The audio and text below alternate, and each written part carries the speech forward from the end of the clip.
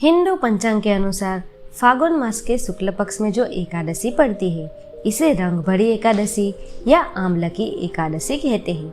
वैसे तो एकादशी की पूजा में भगवान विष्णु की पूजा की जाती है, लेकिन रंग भरी एकादशी की पूजा के दिन भगवान विष्णु के साथ शिव की पूजा का भी विधान है। कहते हैं इस तिथि को भगवान शिव का गौना हुआ था। ये पर्व काशी में माँ पार्वती के प्रथम स्वागत का भी सूचक है, जिसमें उनके गण उन पर और समस्त जनता पर रंग अबील गुलाल उड़ाते हैं, खुशियां मनाते चलते हैं और हर हर महादेव के उद्घोष से सभी दिशा में गुंजायमान हो जाती है। इससे भगवान शिव के होने के प्रत्यक्ष प्रमाण मिलते हैं। आइए सुनते हैं रंग भरी एकादशी की व्रत कथा। प्राचीन काल में चित्रसेन नाम का एक राजा था। उसके राज्य में एकादशी व्रत का बहुत महत्व था। राजा समेत सभी प्रजा एकादशी का व्रत बहुत ही श्रद्धा और भावपूर्वक किया करती थी। राजा चित्रसेन को आमलकी एकादशी के प्रति गहरी आस्था थी।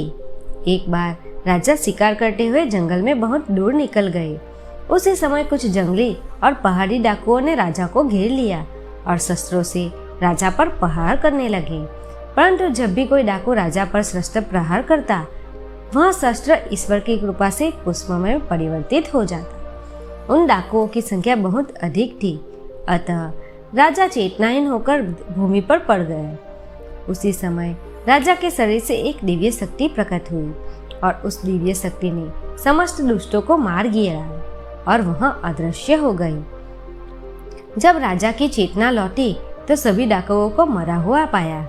यह दृश्य देखकर राजा को आश्चर्य हुआ। राजा मन ही मन सोचने लगा कि इन डाकुओं को किसने मारा होगा। तभी आकाशवाणी हुई, हे राजन, यह सब दुष्ट तुम्हारे आमलकी एकादशी का व्रत करने के प्रभाव से मारे गए हैं। तुम्हारे देह से उत्पन्न आमलकी एकादशी की वैष्णवी शक्ति ने उनका संहार किया है। इन्हें मारकर वह पुनः तुम्हारे शरीर में प्रवेश कर गई। यह बातें सुनकर राजा को बहुत प्रसन्नता हुई और एकादशी के व्रत के प्रति राजा की श्रद्धा और अधिक बढ़ गई। राजा अपने देश वापस लौटा और राज्य में सबको एकादशी का महत्व बताया और इस एकादशी की कृपा से राजा पुनः सुखपूर्वक राज्य करने लगा। रंग भरी एकादशी की दूसरी कथा यह है। पौराणिक मान्यताओं के अनुसार माना जाता है कि ब्रह्मा जी की उत्पत्ति विष्णु जी की नाभि से हुई। एक बार ब्रह्मा जी ने परब्रह्म की तपस्या कर स्वयं को जानने का प्रयास किया। तपस्या से प्रसन्न होकर भगवान विष्णु ने ब्रह्मा जी को दर्शन दिए। उन्हें देखते ही ब्रह्मा जी के आंखों से आंसुओं की धारा बहने लगी।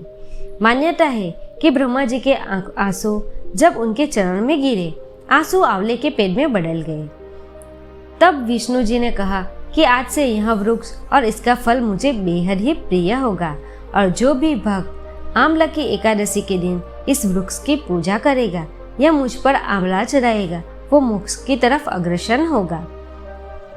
पौराणिक मान्यता के अनुसार रंग भरी एकादशी के दिन ही भगवान माता पार्वती ने विवाह करके पहली बार काशी नगरी आए थे। रंग भरी एकादशी के पावन पर्व पर भगवान शिव के गण उन पर और जनता पर जमकर अबील गुलाल उड़ाते हैं। रंग भरी एकादशी के दिन से ही वाराणसी में रंगोत्सव आगाज हो जाता है, जो लगातार 6 दिन तक चलता है। शास्त्रों में रंग भरी एकादशी का खास महत्व है। रंग भरी एकादशी आर्थिक समस्या को दूर करने के लिए बेहद खास है। मान्यता के अनुसार इस दिन प्रातः स्नान ध्यान कर संकल्प लेना चाहिए। शिव को पीतल के पत्र में जल भरकर इन्हें अर्पित करना चाहिए। साथ ही अबील गुलाल चंदन आदि भी शिवलिंग पर अर्पित करना चाहिए। भोलेनाथ को सबसे अंत में अबील और गुलाल अर्पित करना चाहिए। इसके बाद अपनी आर्थिक समस्या से उबरने के लिए भगवान शिव से प्रार्थना करनी चाहिए। दोस्तों, अगर आपको मेरा वीडियो पसंद आए तो मेरे चैनल को सब्सक्राइब कीजिए, वीडियो को लाइक और शेयर कीजिए। धन्यवाद।